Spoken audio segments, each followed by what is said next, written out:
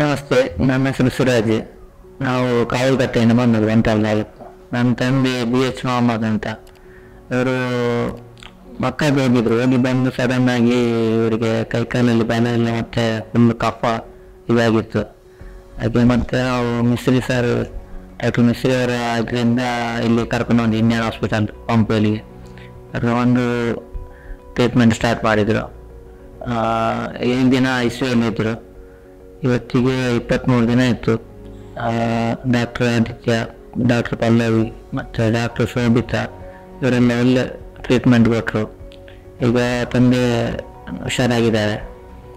ಮತ್ತು ಇವರು ಫಿಸಿಯೋಥೆರಪಿ ಅವರು ಒಳ್ಳೆ ಸಪೋರ್ಟ್ ಮಾಡಿದ್ದಾರೆ. ಡೈಲಿ ಬರೋದು ಅವರಿಗೆ ಬೆಳಿಗ್ಗೆ ಸಂಜೆ ಎಕ್ಸರ್ಸೈಸ್ ಮಾಡಿ ಒಳ್ಳೆ ಕಾನ್ಫಿಡೆಂಟ್ ಕೊಟ್ಟು ಅವರಿಗೆ ಒಳ್ಳೆ ಸರ್ವಿಸ್ ಕೊಟ್ಟಿದ್ದಾರೆ ಫಿಸಿಯೋಥೆರಪಿ ಅವರು.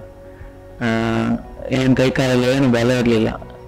ಟ್ರೀಟ್ಮೆಂಟ್ ಮತ್ತು ಇವರು ಫಿಸಿಯೋಥೆರಪಿ ಅವರು ಒಳ್ಳೆ ಸಪೋರ್ಟ್ ಮಾಡಿ ಈಗ ಒಂದು 80% ಹುಷಾರಾಗಿದ್ದಾರೆ.